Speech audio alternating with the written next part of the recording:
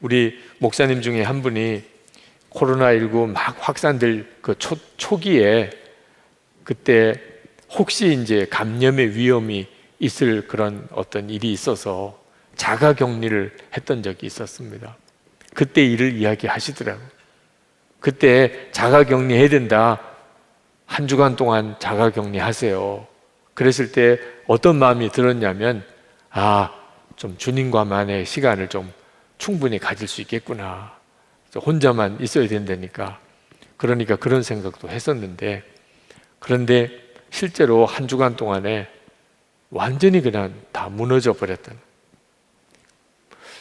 교회 출근도 안 하고 집에서만 혼자만 있으면 주님과 더 깊은 교제를 나눌 수 있을 줄 알았는데, 막상 그렇게 지내고 보니까 저녁에 일기를 쓸 때 맨 애들한테 내가 잘못했던 거, 아내 도와주지 못했던 거, 쓸데없는 시간 보냈던 거, 그렇게 그냥 마음이 무너진 내용밖에는 일기에 쓸 게 없더라는 거예요.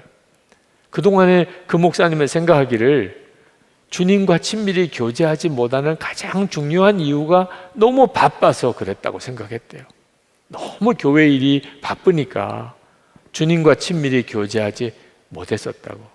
내가 이제 좀 한가하면, 시간이 좀 많으면 주님과 친밀히 교제할 수 있을 텐데, 근데 이게 자가격리 상황이 딱 왔는데 안 되는 거예요. 너무 바빠서도 아니고 시간이 넉넉해서도 결정적인 이유가 아닙니다.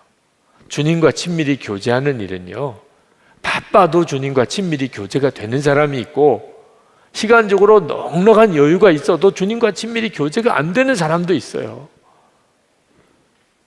결정적인 이유는 평소에 주님과 교제하는 것이 훈련된 사람과 아닌 것의 차이예요.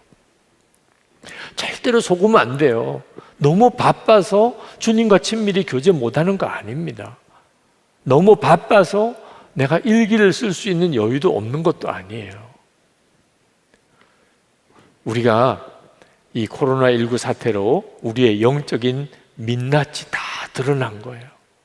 예수님이 나와 함께 계시다는 것을 모르는 건 아니에요. 근데 실제로는 다 잊어버리고 사는 거예요. 예수님이 나와 함께 계시다는 것을 하루 종일 잊어버리고 하루 종일 사는 거예요. 그렇게 한 주간도 그렇게 사는 거예요. 매일 일기를 쓰자고 하는 이유는 주님이 나와 함께 계신 것을 항상 기억하자, 또 생각해보자, 잊어버렸다가도 다시 생각하자는 거예요. 여러분, 선교사님이 파송을 받아서 선교사 파송을 받아 떠날 때, 그때 파송 예배 드리고 그리고 이제 공항에서 출국하고 할 때, 그때 혼자라는 느낌이 확 든다고 그래요. 사실 그렇지 않겠어요? 파송 예배 드려요.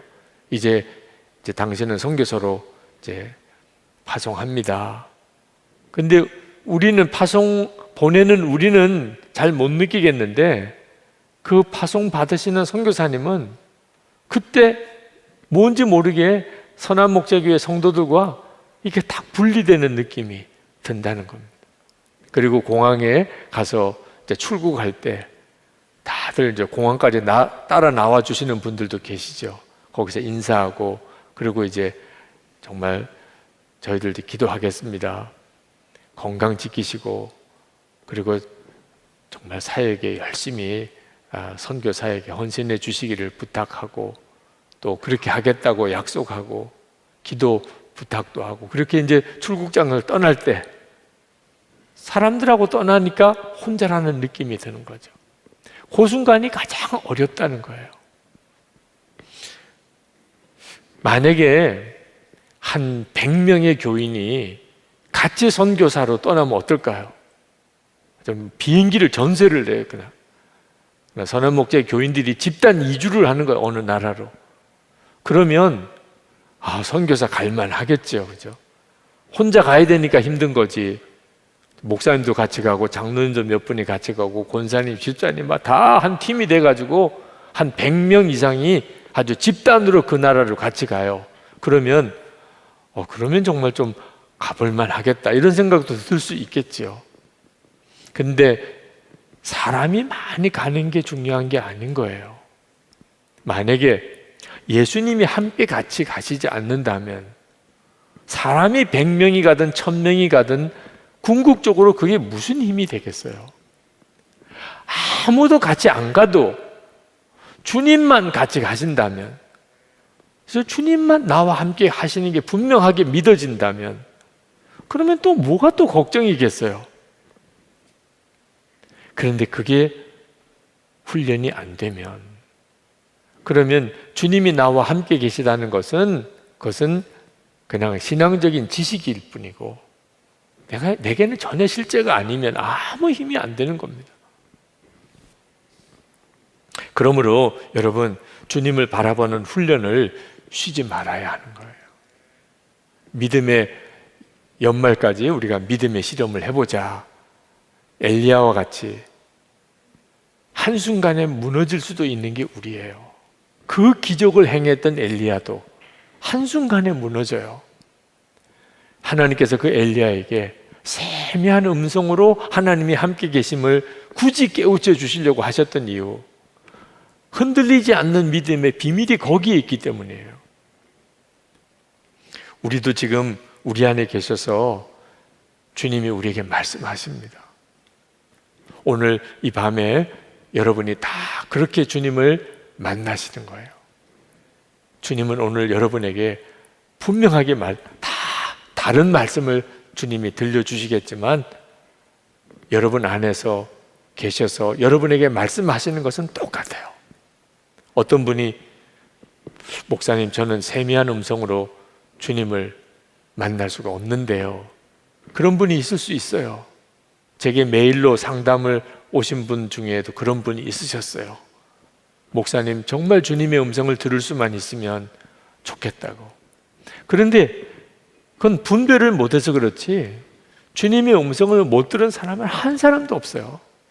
오늘 여기 오신 분 중에 주님이 여러분 안에 계셔서 말씀하시는 것을 못 듣는 사람은 한 사람도 없어요. 다 들으세요. 이요셉 집사님, 그 사진 작가시죠. 이요셉 집사님이 작년 필리핀 코스타에서 그 어린 아이들, 학생들에게 주님의 음성을 듣는 것에 대한 말씀을 한 적이 있습니다.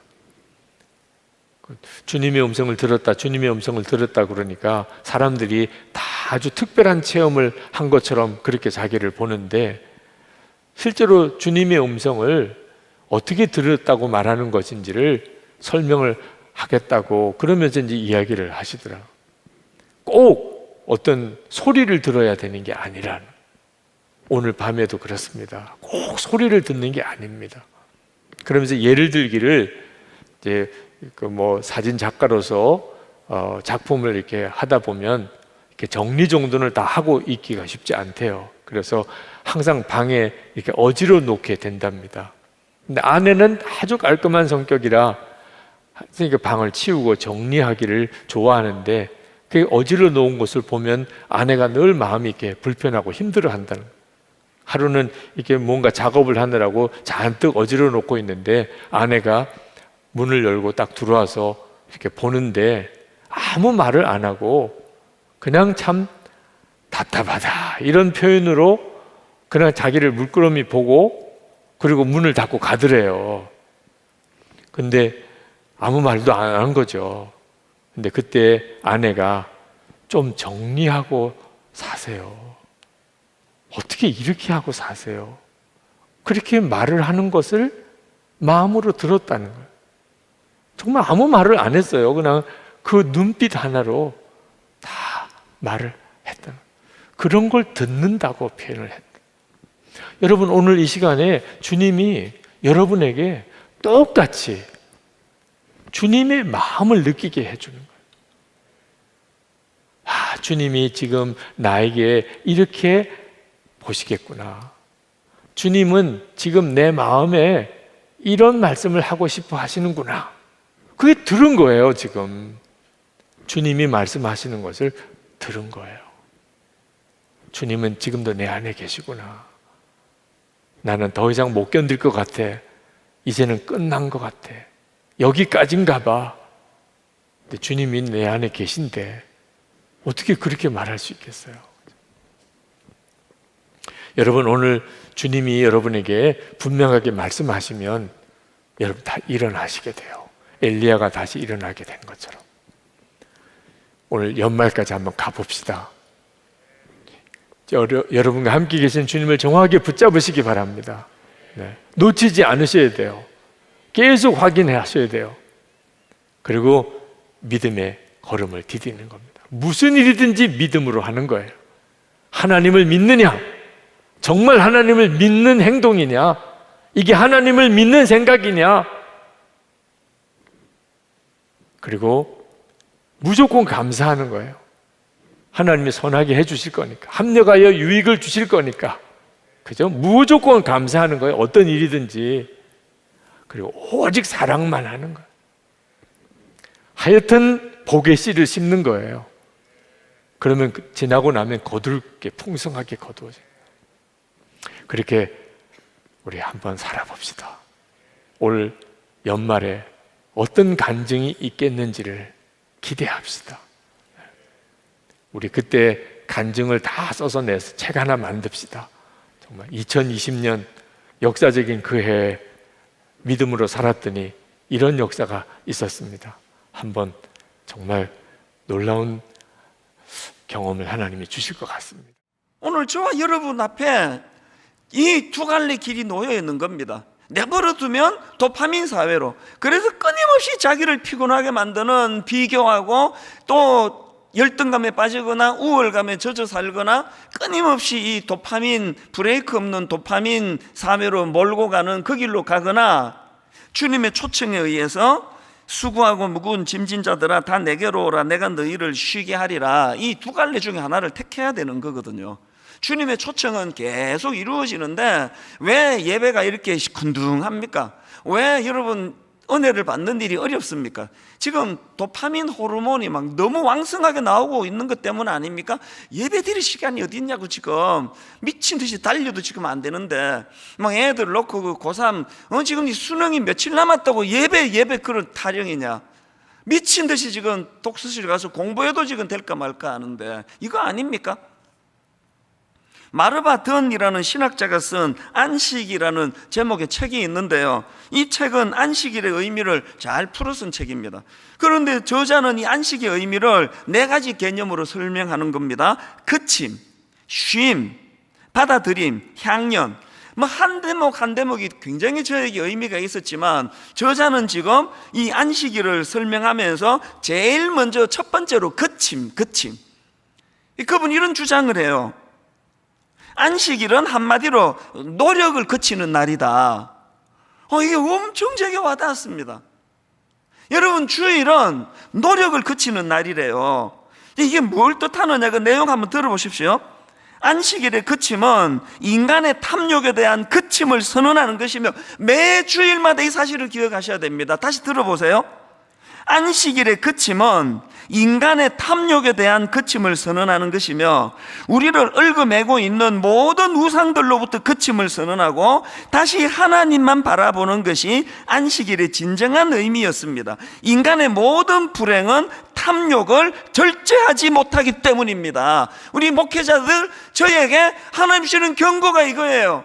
왜 목사가 안식은 설교하면서 자기에게는 안식이 없느냐?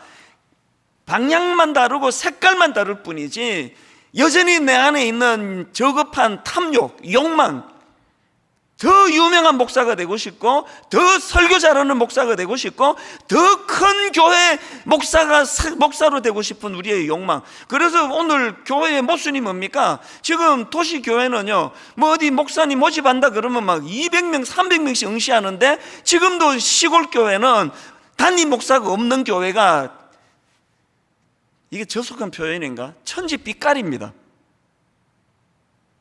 뭘 의미하느냐고요? 제가 목사가 됐다고?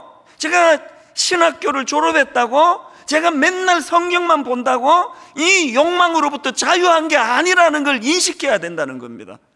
뭐가 안식이라고요? 노력을 그치는 날이래요. 뭐가 안식이라고요? 탐욕에 대한 그침을 선언하는 게 그게 안식이래요. 권위주의 시절에는 타인이 나를 그렇게 괴롭혔답니다. 오늘 우리 이 시대는요, 내가 나를 괴롭히는 거예요. 내가 나를 쉬지 못하게 만들고, 내가 나를 끊임없이 억압하는 일들을 하고 있는 거 아닙니까? 지난 3주 동안에 하나님이 저를 만져주시면서, 저를 다루시면서 수많은 목사님들에게 이걸 좀 전해주시기를 원하시는 것 같아요. 우리 목회자들 안에 있는 평안을 빼앗아 버리는 내용이 똑같은 거라는 거예요. 똑같은 거. 안식일의 그침은 인간의 탐욕을 그침을 선언하는 것이며, 우리를 얽어매고 있는 모든 우상들로부터 그침을 선언하고 다시 하나님만 바라보는 것, 이게 안식일의 진정한 의미. 3주 전에 머리가 깨질 듯이 아팠던 제가 경험했던 그 두려움은 불신앙에서 나오는 거 아닙니까? 믿음 없음. 하나님 죽었냐? 일만선도 파송 운동 선언한 거 후회한다고? 네가 후회하면 그게 거쳐지는 일이고, 네가 잘했다 생각하면 그 일이 잘 되는 일이냐? 그 인간적인 비즈니스지, 그게 어떻게 하나님 일이냐? 네가 싫다고 해도 갈 수밖에 없는 길이면 가야 되는 거고, 네가 아무리 여기가 좋사오니 누리고 살아도 그것이 하나님 보시기에 옳지 않으면 중단해야 되는 건데, 일만성도 파송운동 선언한 거 후회한다고? 꾸지람이 안식이, 꾸지람이. 여러분, 꾸지람이 치유라니까요. 뭐가 여러분을 그렇게 괴롭히고 계세요? 남 탓이 많은 시대 아닙니까? 저 사람 때문이라고, 내 직장 상사 때문이라고. 아닙니다. 그건 예전 권위주의 시절이고, 지금은 피로사회는 자기가 자기를 얽어매는 거예요. 자기가 자기를. 오늘 성령님이 정말 우리를 얽어매는 이 도파민, 너무너무 기분 좋게 만드는 그게 마약하고 같은 거라 그러잖아요. 오늘도 우리를 쉼의 자리로 인도해 주시는 주님의 초대에 응하시는 그런 저와 여러분 되시기를 바랍니다. 두 번째로요, 쉼과 관련해서 주님이 주시는 하나가 더 있습니다. 의미 부여 후에 다시 달리게 하심. 이게 무슨 말씀이냐? 지금 예수님께서 제자들을 쉬게 해주시려고 배를 타고 한적한 곳으로 가시는데요, 이 당황스러운 일이 벌어졌습니다. 그게 오늘 본문 31절부터 나옵니다. 이르시되 너희는 따로 한적한 곳에 가서 잠깐 쉬어라 하시니, 이는 오고 가는 사람이 많아 음식 먹을 겨를도 없음이라. 이에 배를 타고 따로 한적한 곳에 갈새 그들이 가는 것을 보고 많은 사람이 그들인 줄 안지라. 모든 고을로부터 도보로 그곳에 달려와 그들보다 먼저 갔더라. 어떤 상황인지 아시겠죠? 지금 제자들과 더불어 쉬러 가셨는데 사람들이 먼저 와 있는 겁니다. 그 사람들이 아이고 주님 쉬는데 도움 드리려고 내가 어디 부채 하나 가져왔습니다, 이런 사람들입니까? 전부 그냥 자기들 상황만 가지고 손 내미는 사람들 아닙니까? 그래서 쉬실 수가 없는 상황인데, 거기에 예수님이 어떤 반응을 보여주시느냐? 34절입니다. 예수께서 나오사 큰 무리를 보시고 그 목자 없는 양 같음으로 인하여 불쌍히 여기사. 예수께서 나오사 큰 무리, 이 큰 무리가 누굽니까? 예수님의 쉼, 제자들의 쉼을 방해하는 사람들이에요. 그렇게 그냥 반갑지 않은 사람들입니다. 그런데 그들을 주님 어떻게 대하십니까? 예수께서 나오사 큰 무리를 보시고 그 목자 없는 양 같음으로 인하여 불쌍히 여기사 이에 여러 가지로 가르치시더라. 여러분, 이거 아십니까? 오병이어의 기적이 이렇게 시작이 됐다는 거예요. 당신의 쉼을 방해한 그 사람들에게 호의를 베풀어 준 사건이, 이게 오병이어입니다.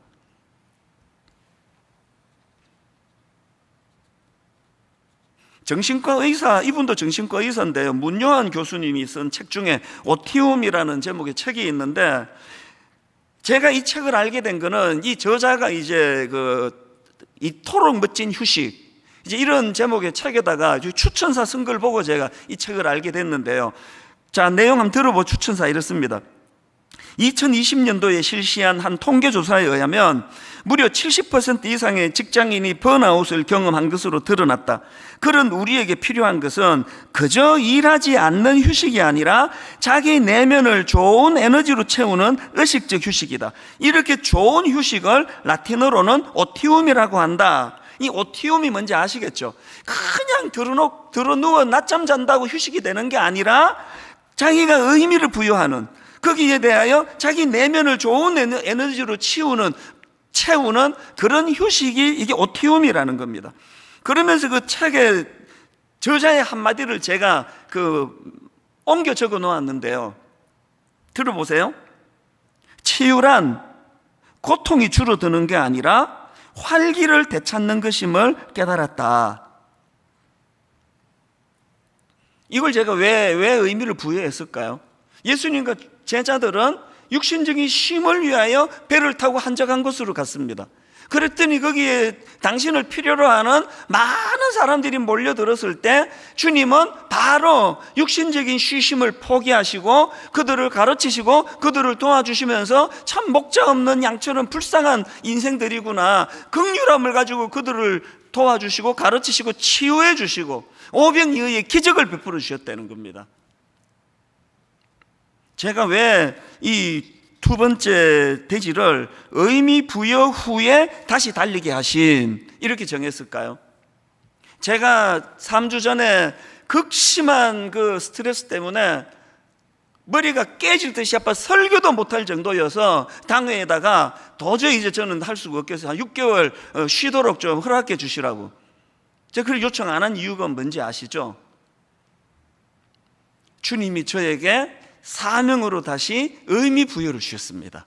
일만수도 파송운동, 드림센터 사회화는 네가 좋다고 하고 싫다고 안 하는 그런 게 아니고 이 시대에 너와 분당 우리 교회에 맡겨진 사명이다. 그 의미를 다시 해보고 하니까 치유가 되던데요. 이 내용은 이제 다음 주에 이어서 또 다음 주에 이 부분을 다시 또 거론할 생각입니다. 시간이 많지 않기 때문에 이 결론을 이렇게 맺기 원합니다. 제가 맨 앞에서 소개해드린 그 생각이 너무 많은 30살에게 이 책에 보면은요, 파블로 피카소의 말을 인용을 하는데 피카소의 말을 들어보세요. 삶의 의미는 자신의 재능을 발견하는 것이고 삶의 목적은 그 재능으로 누군가의 삶이 더 나아지게 돕는 것이다. 다시 한번 들어보실랍니까? 삶의 의미는 자신의 재능을 발견하는 것이고 삶의 목적은 그 재능으로 누군가의 삶이 더 나아지게 돕는 것이다. 막연히 팔자로 들어누워 쉰다고 쉬어지는 게 아니고요, 우리 인생에 의미를 부여하는 겁니다. 나는 육신적으로 지금 제자들과 더불어 쉬러 가셨는데 오늘도 그 주님의 필요를 따라 찾아온 사람들을 불쌍히 보시고 그들을 치료해 주시고 그들을 가르치시는 그 일을 통하여 제자들이 그날 저는 반드시 이걸 배웠다고 생각합니다. 피곤은요, 의미가 부여될 때 회복이 되는 것이라는 것. 결론을 이렇게 맺기를 원합니다. 오늘 우리 시대는 한국 사회는 브레이크 없는 도파민 사회라 그랬습니다. 욕망을 부추기고 자기를 끊임없이 착취하고 소진하고 그래서 자기뿐만 아니라 주변 사람 모두를 피곤하게 만드는 시대를 오늘 우리가 살아가고 있는데, 오늘 이런 시대에 우리가 주님의 이 쉼의 자리에 초청하시는 주님에게 우리가 반응하기 해야 될 것 딱 하나 있습니다. 그침의 영성입니다. 그침의 영성. 그 책에요, 그침의 종류를 쭉 설명하는데 근심, 걱정, 긴장, 이것을 그치는 게 그침의 영성이고, 더 중요한 것, 이것이 가능하도록 하나님이 되려는 노력을 그치는 것, 하나님이 되려는 노력을 그치는 것, 이게 그침의 영성입니다. 하나님이 되려는 노력을 그치시고 하나님과 더불어 그분이 제공해 주시는 쉼의 자리로 나아가는 이 남은 여름철이 되기를 주님 이름으로 축원합니다. 제가 개인적으로 그 축구 선수 이영표 씨를 참 귀하게 생각합니다. 야, 축구 선수가 저렇게 책을 쓰면서 어떻게 저런 통찰을 할 수 있을까? 참 귀한 글들을 많이 써요. 이영표 선수가 참 멋진 표현을 하나 했습니다. 정직은 어떤 의미에서 선택이다. 그리고 우리의 선택은 곧 우리의 인격이 된다. 정직은 선택이라는 거예요. 그 선택이 우리의 인격을 만들어요. 이영표 선수가 그런 얘기를 합니다. 2017년 우리나라 박인비 선수가 2017년에 그 LPGA KPMG 챔피언십에서 우승을 하고 세계 랭킹 1위가 됩니다. 모든 매스컴이 박인비 선수가 랭킹 1위에 올라간 것을 보도할 때 이영표 선수는 다른 짤막한 기사에 주목합니다. 당시 2017년에 랭킹 1위는 17살, 18살의 리디아 고라는 선수였습니다. 그리고 이 KPMG 요 경기에서 리디아 고는 2라운드 13볼 홀에서 벌타를 하나 먹고 떨어지는데, 이게 굉장히 중요한 사건인데, 그 당시까지 이 리디아 고는 54경기 연속으로 컷 탈락을 하지 않은 기록을 가지고 있었고, 이때가 55번째 기록을 세우는 날입니다. 그런데 2라운드 13번째 홀에서 이렇게 어드레스를 하는데 공이 움직였어요. 자기가 건든 것도 아니에요. 근데 그것을 신고하고 원 벌타를 받습니다. 그 원 벌타 때문에 55경기 연속 컷 탈락을 하지 않는 기록이 깨지게 됩니다. 그리고 바로 그 해 개막전에서 리디아고는 준우승을 하는데, 그것도 한타 차이로 준우승을 하는데, 그때 역시 아무도 보지 않는 곳에서 공이 움직인 것을 자진 신고하고 리디아고는 준우승을 합니다. 지난달 11월 신문에 보니까 리디아고 선수가 다시 랭킹 1위로 올라섰어요. 저는요, 역사가 이 리디아고라고 하는 선수를 랭킹 1위에 올라간 선수로 기억하는 것이 아니라 가장 정직했던 선수로 기억할 것이라고 생각해요. 우리 그리스도인들에게, 하나님 앞에 정직한 사람에게 가장 위대한 것은요, 우리들이 이루어놓은 업적이 아니라 하나님 앞에서 우리들이 살아왔던 삶의 궤적이에요. 우리들이 얼마나 하나님 앞에 정직하게 살아왔는가. 자, 정직하게 자기를 살필지니, 자, 학개가 왜 이야기를 하고 있는가? 지금 이스라엘 백성들이 포로에서 귀환한 지 한 20년째 되는 이 시점에서 어떤 일이 있었는가? 학개 1장 4절과 5절. 자, 같이 봅니다. 시작. 이 성전이 황폐하였거늘 너희가 이때에 판벽한 집에 거주하는 것이 옳으냐? 그러므로 이제 만군의 여호와가 이같이 말하노니 너희는 너희의 행위를 살필지니라. 자, 제가 시작하면서 했던 이야기예요. 이스라엘 백성들이 어려움을 당하는 이유, 그들이 경제적으로 어려움을 당하고 있었어요. 사실이에요. 그런데 보라는 거예요. 너희들이 지금 살고 있는 집을 보라는 거예요. 너희들이 그렇게 살고 있는데 너희들이 성전을 지을 수 없다고 하는 것, 너희의 행위를 살펴보라는 거예요. 그것이 얼마나 정직하지 못한 핑계인지. 그리고 너희들이 지금 당하고 있는 그 어려움들은 결국 하나님 앞에서 정직하지 못한 너희의 행위로 말미암아 너희들이 이 어려움을 당하고 있다는 거예요. 신앙의 문제는 하나님과의 관계의 문제인데, 그 관계의 문제를 주의 깊게 살펴보지 않으면 우리의 상처가 깊어지고 우리의 인생에 문제가 생기는 거죠. 여러분들이나 저나 똑같이 그런 거 경험하지 않습니까? 왠지 불안해. 이건 어떤 의미인가요? 내가 알아요. 하나님 앞에서 내가 어떤 문제가 있는지 알아요. 왠지 불안합니다. 그런데 문제는 이 불안한 생각이 들 때 우리를 정직하게 살펴보지 않는다는 거예요. 지금 하나님과 우리들 사이에 어떤 문제가 생기고 어떤 균열이 가고 있는지를 잘 보려고 하지 않는다는 거예요. 학개 1장 6절에서 이렇게 이야기합니다. 너희들의 곤핍함의 결과가 무엇인지, 너희가 많이 뿌릴지라도 수확이 적으며 먹을지라도 배부르지 못하며 마실지라도 흡족하지 못하며 입어도 따뜻하지 못하며 일꾼이 싹쓸 받아도 그것을 구멍 뚫어진 전대에 넣음이 되느니라. 너희들이 하나님과의 관계가 회복하지 않음으로 인하여 너희들에게 이런 문제가 올 것이다. 영적 황폐함에 대한 문제, 정직하게 자신을 돌아보라는 거예요. 스캇 솔즈 목사가 쓴 리더의 눈물이라는 책에 아주 인상적인 부분이 있어요. 다윗 왕 잘 아시죠? 다윗 왕이 큰 죄를 졌죠. 우리아의 아내를 범한 일이었어요. 그런데 다윗의 이 범죄함에 대하여 나단 선지자가 와서 다윗을 질책하죠. 이 책에서 그런 이야기를 합니다. 당시 다윗이 가지고 있었던 권세, 그가 가지고 있던 힘으로 우리야를 죽였던 것처럼 나단을 죽일 수 있었다는 거예요. 다윗은 그렇게 하지 않습니다. 나단 선지자가 그의 영적인 문제를, 그의 범죄를 지적했을 때 그는 그가 가지고 있었던 권세를, 그가 가지고 있었던 힘을 쓴 사람이 아니라 하나님 앞에 정직하게 서서 회개하고 눈물을 흘리기 시작해요. 다윗의 위대함은 그의 영적인 지적에 대하여 자기를 살피며 정직하게 하나님 앞에 무릎을 꿇을 수 있었던 사람. 오늘 하나님께서 우리들의 마음에 정직하게 살피며 우리들의 문제를 드러나게 하실 때 우리들이 어떻게 하겠느냐는 거예요. 자, 여러분들 병원에 가는 거 혹시 좋아하세요? 그 좋아할 사람 별로 없을 것 같아요. 요즘은 또 건강검진을 정기적으로 하죠.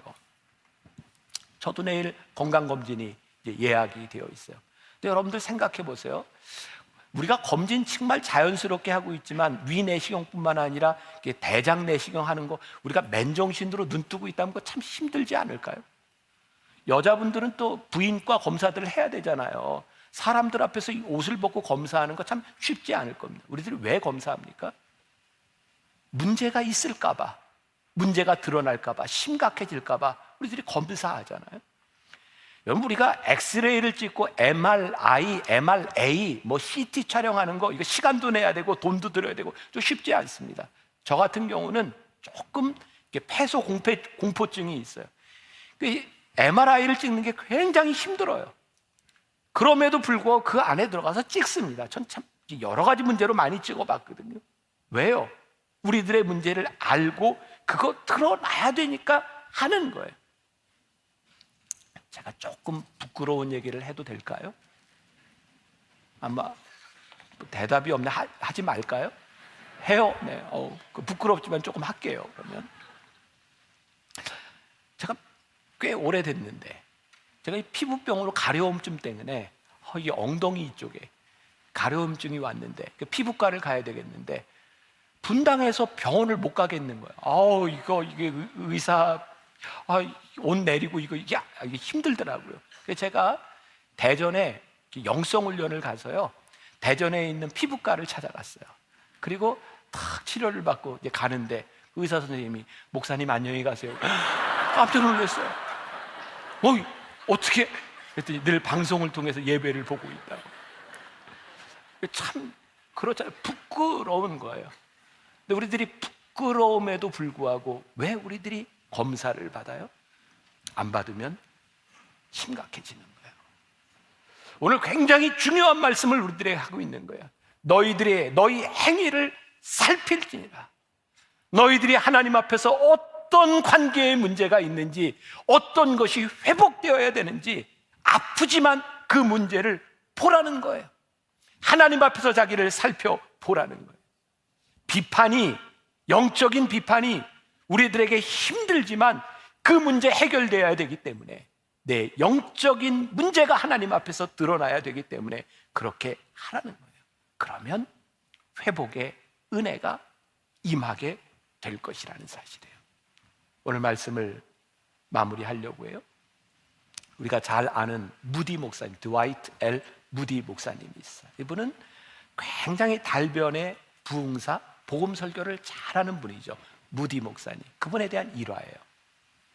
한 번은 어떤 집회에서 말씀을 전하는데 젊은 신학생 하나가 계속 옆에서 깐족깐족거리고 질문을 하는 거예요. 그 목사님도 힘들지만 다른 사람들이 얼마나 힘들겠어요. 근데 목사님이 참다 못해서 설교 중간에 이 목사님이 가지고 있는 달변과 이 목사님이 가지고 있는 지식을 가지고 그 신학생을 묵사발을 만들어 놨대요. 그걸 듣고 있던 사람들이 박수를 치면서 역시 목사님. 근데 설교 중간에 이 목사님이 교인들에게 사과를 합니다. 여러분, 제가 저 젊은 형제에게 잘못한 것 같습니다. 제가 저를 드러내고 저의 지식을 드러내기 위해서 앞길이 창창한 저 젊은 신학생에게 창피를 준 것, 제가 잘못한 것 같습니다. 그리고 사람들에게 사과할 뿐만 아니라 하나님 앞에 하나님 저를 용서해 주세요 라고 고백합니다. 사람들이 그 무디 목사님을 바라보며 야, 정말 영적으로 위대한 분이다 라고 생각했던 것은 그가 자기의 지식을 드러내고 자기의 잘난 척을 드러내는 사람이 아니라 하나님 앞에서 자기 자신을 보고 무릎을 꿇고 용서를 빌 수 있었기 때문에. 전 목회를 하면서 가끔 하나님께서 저에게 그런 질문을 던지시는 걸 제 마음속에 듣습니다. 너 왜 그렇게 이기려 하니? 보면 내가 이기려 하는 일들은 하나님과 관계 있는 일들이 아니에요. 내가 좀 드러나고 내 리더십이 살아나고, 하나님이 여러분들에게도 다 그렇게 각자에게 물으실 것 같아요. 너 왜 그렇게 사니? 또 왜 그래야 되는데? 가만히 생각해 보니까 우리는 하나님을 믿는다고 하면서 내가 이렇게 하는 일들이 하나님 때문이 아닌 거예요.